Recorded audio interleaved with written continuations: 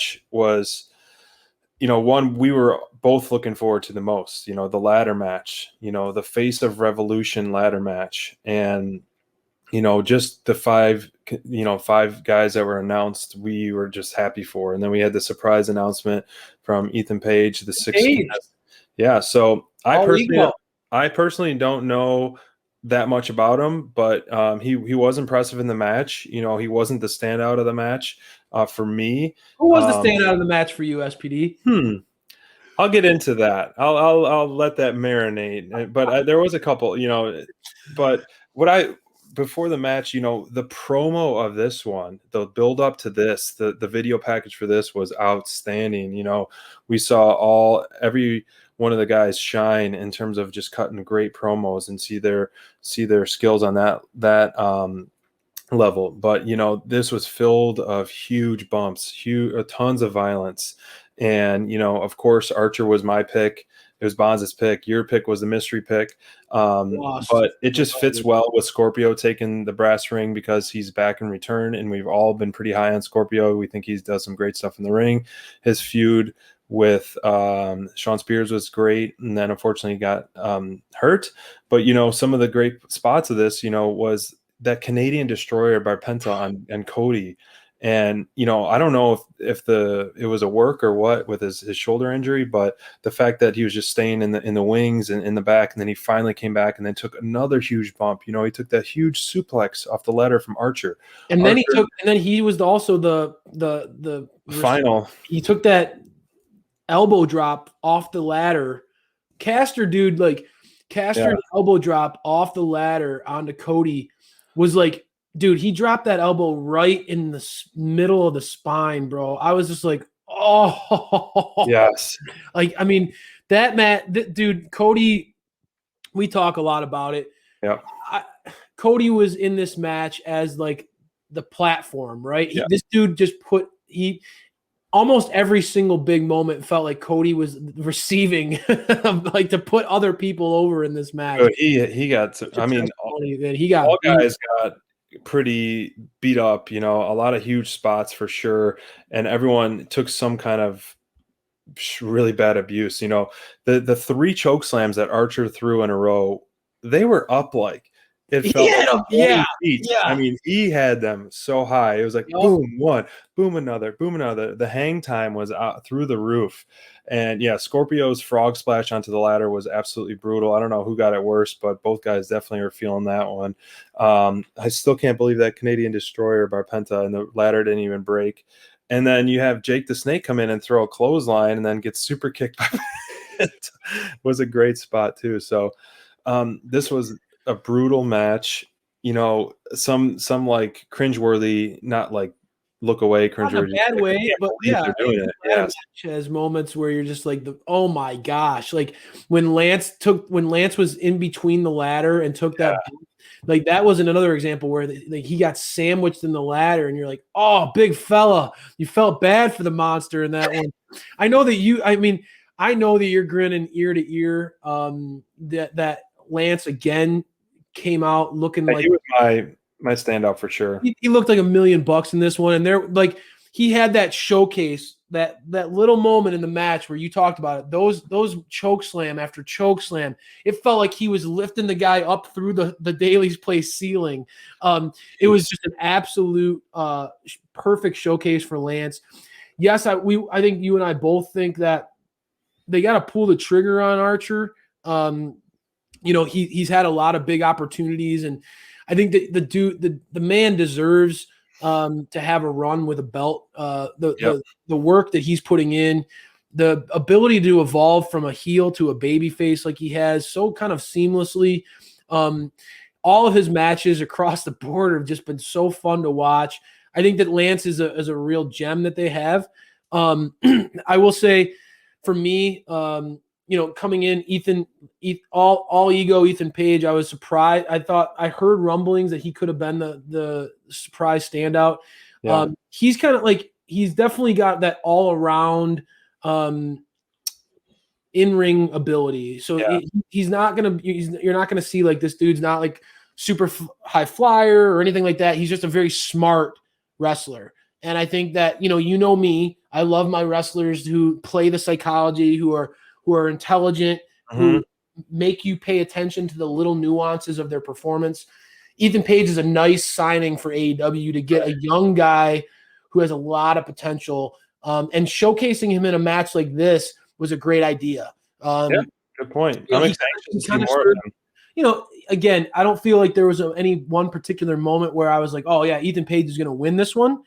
But just like I talked to you about leading up into this match where Max Caster felt like such a nice addition, you need to have some of those guys who can be a great base, who are really like, dude, like who can take and give offense to big and small opponents. And both those guys, and Ethan Page was able to do that.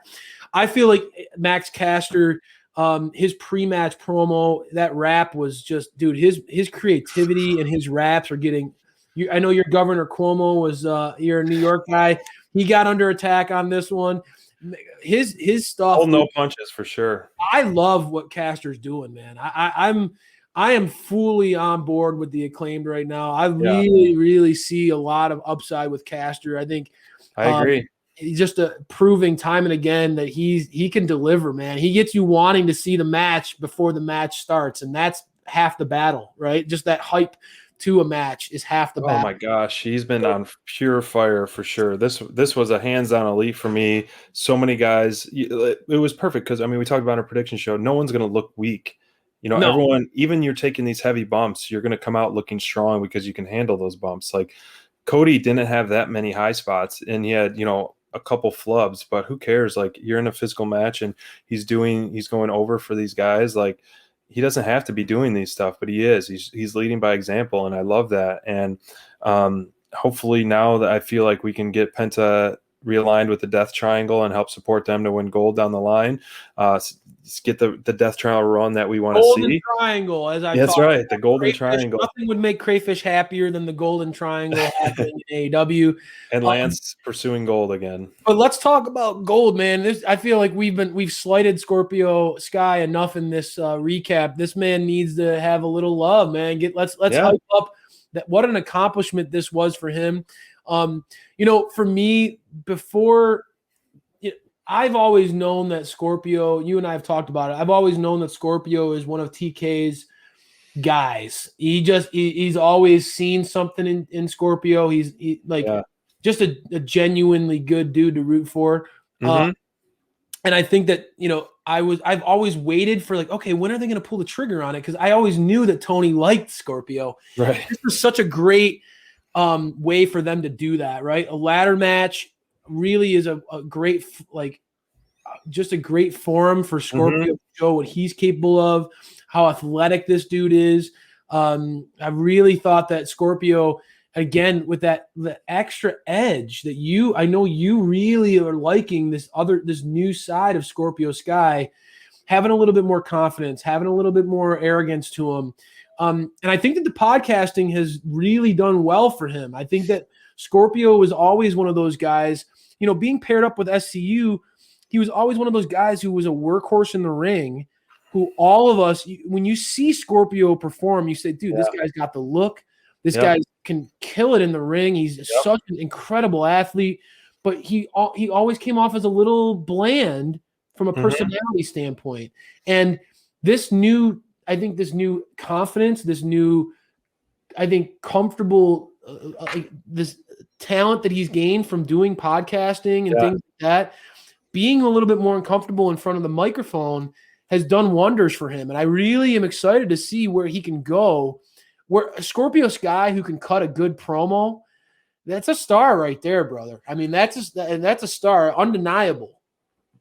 This will be a good. I completely agree, man. I've been high on Scorpio a lot, and the standout was, like I said earlier, was the feud with Spears and him, his solo run there. That was the standout that really made me a huge fan of him, and realized like this guy is a total package. He's like the look, his body style, his in-ring work, and he could be a face of a company.